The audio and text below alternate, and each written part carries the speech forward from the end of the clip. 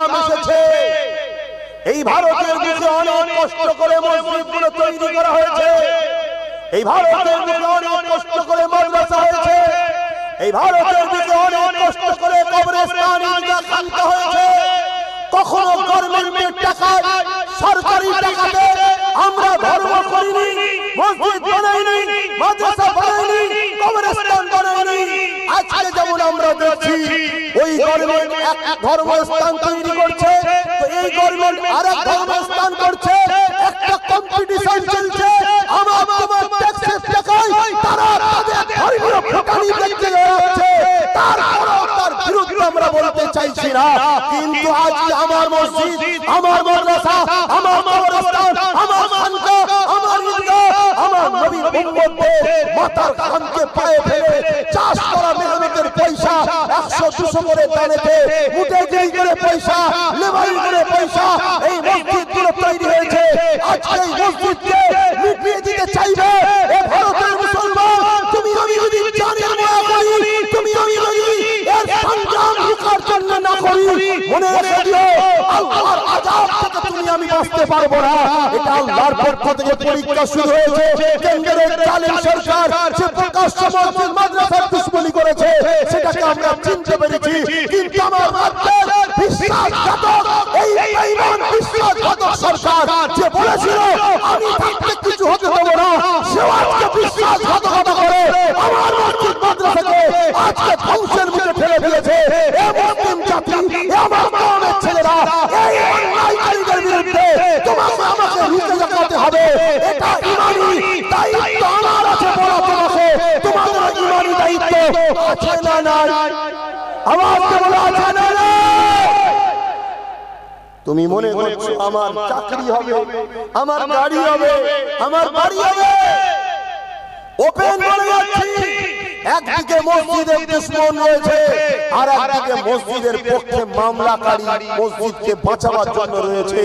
এই জায়গায় যদি কোনো মুসলমান দাবিদার মসজিদের দুশমনের হাতকে শক্ত করতে চায়, ও কোনোদিন হালালি সংসার হতে পারে না। কথা বুঝে আসছে না? অন্য কিছু হতে পারে, হালালি সংসার হতে পারে না মুসলমান দাবিদার।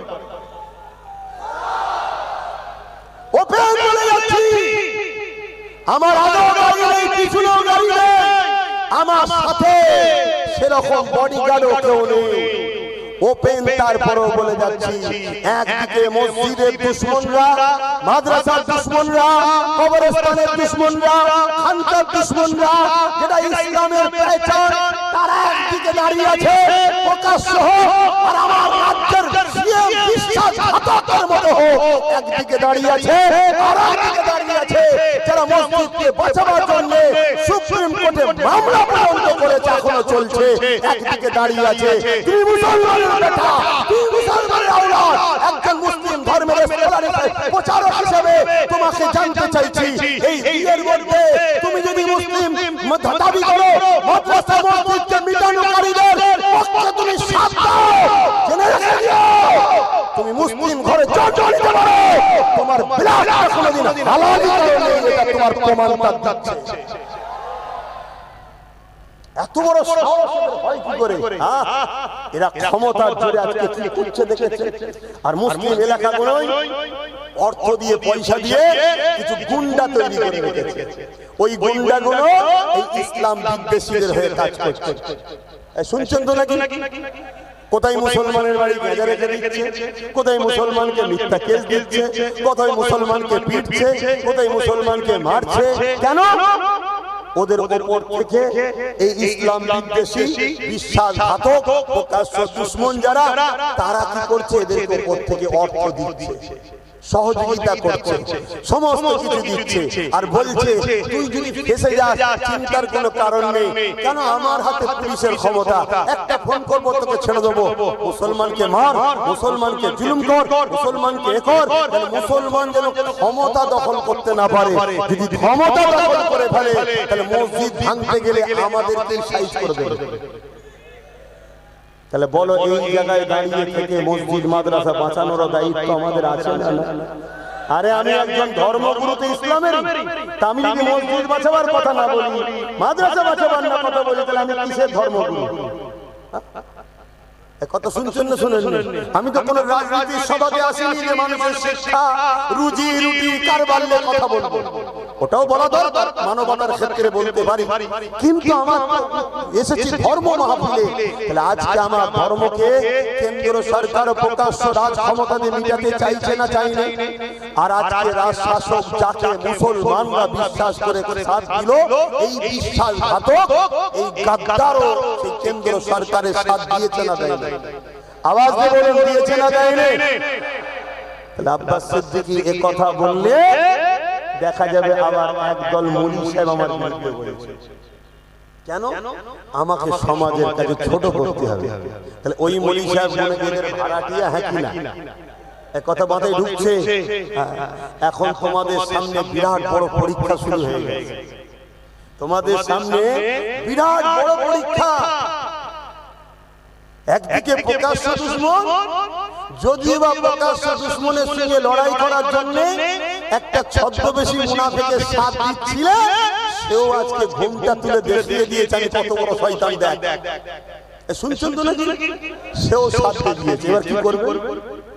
আমার এই কথাগুলো দিয়ে দেখবেন তোমার এলাকার কিছু মুনাফিক মুসলমান আবার কালকে হয়তো কাটিং করে অ্যাকশন দেবে। শুনছেন? আমি চ্যালেঞ্জ বলে যাচ্ছি, যদি সন্দেহ হয় ঘরে গিয়ে পরীক্ষা করে নেবে, জিজ্ঞেস করে নেবে ওদের শরীরে হালাল রক্ত নেই, ওদের শরীরে হালাল রক্ত নেই।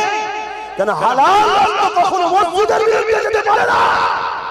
হয়তো জাল কামাইছে, নামাজ আদা করছে, গান শুনছে, কিন্তু তা বলে খোদার ঘরের দুশমনদের সঙ্গে সাথ দিতে জোরে বলে।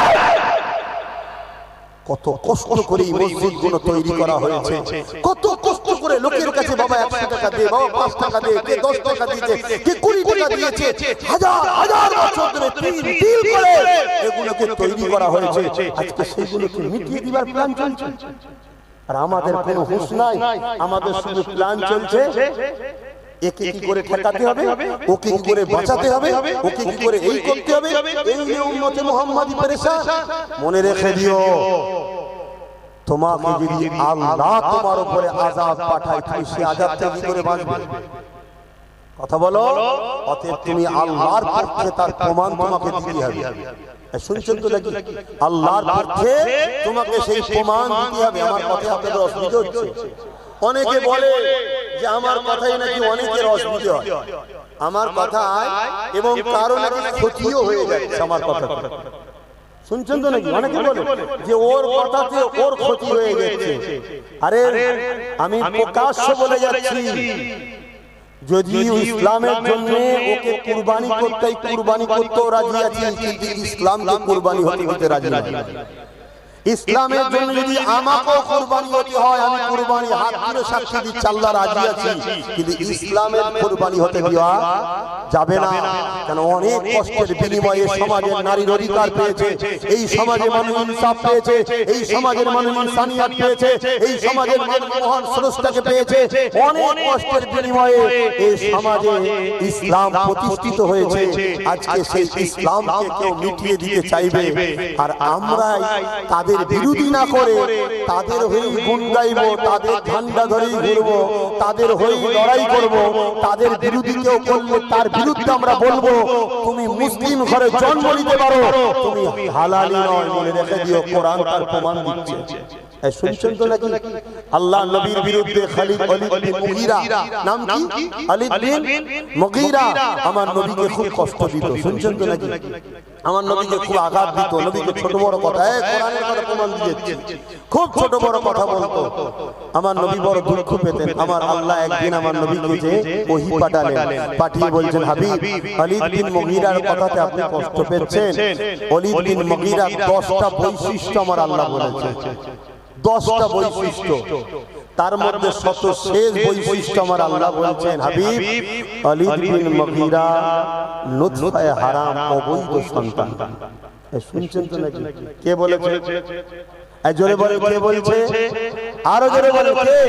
আল্লাহ বলছে। আপনার আল্লাহর কথায় কারো ডাউট আছে নাকি? ডাউট আছে? আরে দুনিয়াকে কি বলছে গুরুত্ব দিবার দরকার। দুনিয়ায় কারো লিয়েছি না কারো খেয়েছি আমরা, আমরা আল্লাহ আল্লাহর খাই, আল্লাহ আমাদের স্রষ্টা, ঠিক না বেঠিক গো? অতএব এই জায়গায় দাঁড়িয়ে থেকে আমি আবার বলবো, মানুষ মাত্র ভুল হতে পারে।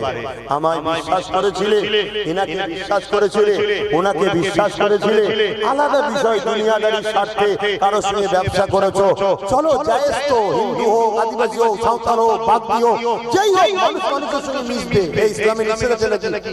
হিন্দুর সঙ্গে ব্যবসা, খ্রিস্টানের সঙ্গে ব্যবসা, লেনদেন, একে অপরের বিনিময় ইসলামে নিষেধ নাই। কিন্তু ততদিন পর্যন্ত চলবে যতদিন আপনার ওই সহপাঠী বিজনেসম্যান হোক, রাজনীতির নেতা হোক, যখন ইসলামের বিরুদ্ধে চলে যাবে তাকে আর সহযোগিতা সাপোর্ট করা। জোরে বলে। বিগত দিন কেউ বলেছিল মাদ্রাসায় জঙ্গি তৈরি হয়, তার কথাতে আমরা তাকে শিক্ষা দিয়েছি না দিইনি? আওয়াজ দিয়ে বলুন, দিয়েছি না দিইনি? হ্যাঁ, সে অন্যায় করেছে, অন্যায়ের খেসারত ভোগ করছে, তাকে আমরা কিন্তু দিয়েছি শাস্তি। তাহলে আজকে কেউ যদি পুরো মাদ্রাসাকে মিটিয়ে দিতে চায়, আমরা মুসলমান, তার বিরুদ্ধে আমাদেরকে শিক্ষা দেওয়া দরকার আছে না? এটা তোমাদের দায়িত্ব। যদি চান তওবা করুন, আল্লাহ নবীকে জানের থেকে বেশি ভালোবাসুন, নবীর সুন্নাতে জীবন করুন। এক নম্বর কথা এটা। দ্বিতীয়, কেউ যদি অস্ত্র তরোয়াল নিয়ে লড়াই করতে আসে, তার কাছে খালি হাতে লড়াই করা যায় না। লোহা না হলে লোহা কাটা যায় না। যে শক্তিতে তারা আমাদেরকে মিটাতে চাইছে, ওই শক্তি তৈরি করুন। কথা কিছু বুঝে আসছে? এটা তো ওসিলা, এটা কি ওসিলা, কিন্তু মূল যেটা আপনাকে আমি বলে গেলাম, একজন নবীর গোলাম হিসাবে আমার রাসূলের হয়ে যায়, আমার নবীর হয়ে যায়, আমার নবীকে প্যার করে। তবে মনে রাখবেন, নবী পাকের রাস্তাটা চলা যখন শুরু হবে, হাজারো কষ্ট হবে। শুনছেন? কাঁটার উপর দিয়ে চলতে হবে, হকের রাস্তা, রাসূলের রাস্তায়। কিন্তু কিছুদিন যাওয়ার পরে একটা দিন আসবে, যেদিন আপনাকে শান্তি আর শান্তি দেবে, সমাজে সব ফিতনা খতম হয়ে যাবে। জোরে বলুন সুবহানাল্লাহ।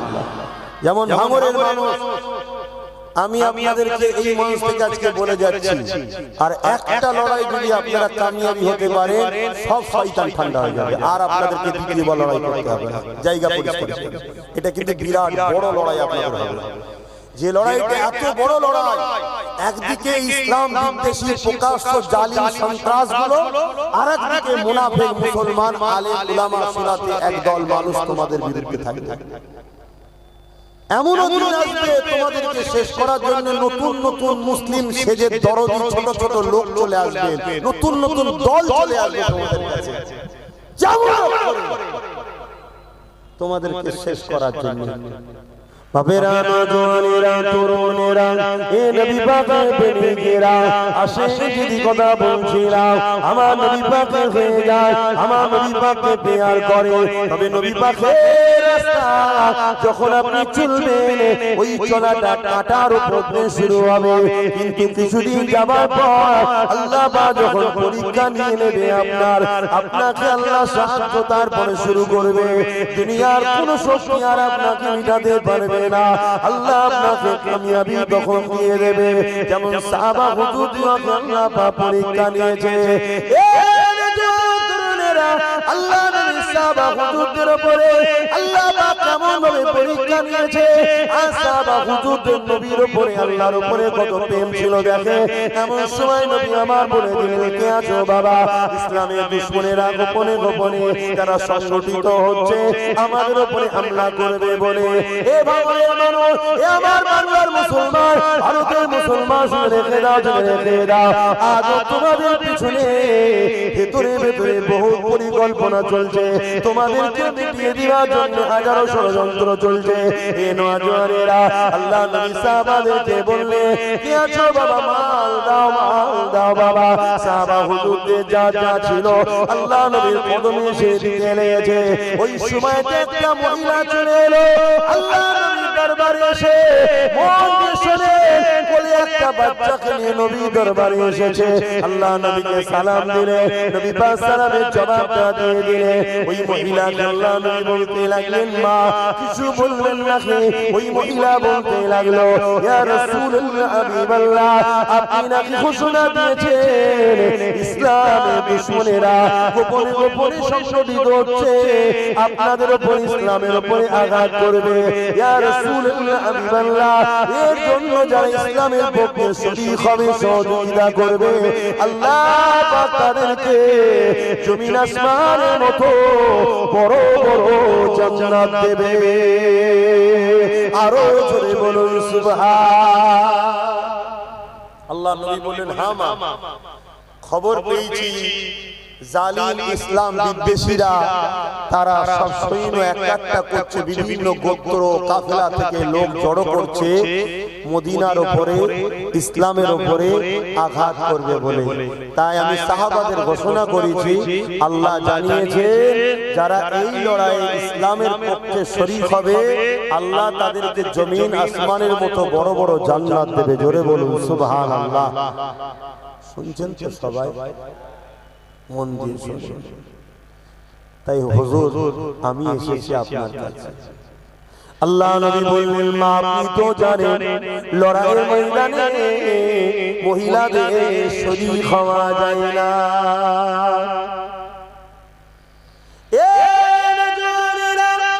ওই মহিলা চোখ ভরা পানি নিয়ে বলে, ইয়া রাসূলুল্লাহ হাবিবাল্লাহ, আমার স্বামী ইন্তেকাল হয়ে গেছে, এই একটা সন্তান আমার কোলে রয়েছে, এই সন্তানকে নিয়ে আমি মা দুনিয়াদারি করতে এসেছি, এই সন্তানকে নিয়ে আমি বেঁচে আছি।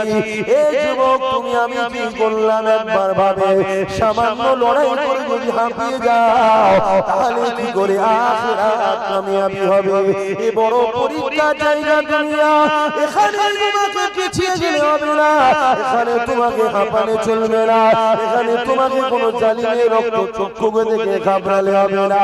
ভয় একমাত্র করবেন আল্লাহকে, আর জীবনে কোনোদিন অন্যায়ের পক্ষে সাথ দেবেন না, এটা তোমাকে মাথার মধ্যে রাখতে হবে। হে যুবকেরা, তরুণেরা, ওই মহিলা বলতে লাগলেন, ইয়া রাসূলুল্লাহ হাবিবাল্লাহ, আমার স্বামী যদি থাকতো তিনি আপনার পক্ষে দাঁড়িয়ে যেত, স্বামী হারা হয়ে গেছে, আমি জানি মহিলাদের লড়াইয়ের ময়দানে যেতে নাই, তবে ইয়া রাসূলুল্লাহ হাবিবাল্লাহ, আমি আমার বাচ্চাটাকে ইসলামের জন্য আপনার কদমে দিতে চাই। আল্লাহ নবী বললেন, মারে এই বাচ্চা নিয়ে আমি কি করব? লড়াইয়ের ময়দানে এই বাচ্চা নিয়ে আমি কি করব? ওই সময় মহিলা বলেছে, ইয়া রাসূলুল্লাহ হাবিবাল্লাহ, আমি জানি এই বাচ্চা লড়াইয়ের ময়দানে লড়াই করতে পারবে না, এই বাচ্চা লড়াইয়ের ময়দানে তরোয়াল তীর তুলতেও পারবে না, এই বাচ্চা লড়াইয়ের ময়দানে কোনো উপকারে আসবে না, কিন্তু ইয়া রাসূলুল্লাহ হাবিবাল্লাহ, ওই লড়াইয়ের ময়দানে ঢালেরও তো প্রয়োজন হয়, জালিমরা তীর মারবে, ঢাল রুখবে। ইয়া রাসূলুল্লাহ হাবিবাল্লাহ, আমার সাহাবা ভাইদের কাছে ঢাল কম পড়ে যেতে পারে। ইয়া রাসূলুল্লাহ হাবিবাল্লাহ, যখন আমার সাহাবা ভাইদের দিকে করতে যাবে, ইয়া রাসূলুল্লাহ হাবিবাল্লাহ, আমি মা চাই এই বাচ্চাটাকে আপনি ঢাল হিসাবে ব্যবহার করবে। আরো জোরে বলুন সুবহান। ভাবছেন আমি কি বলছি? শুনছেন তো? অনেক কষ্টের বিনিময়ে ইসলাম এসেছে, তিল তিল তিল করে ভারতের বুকে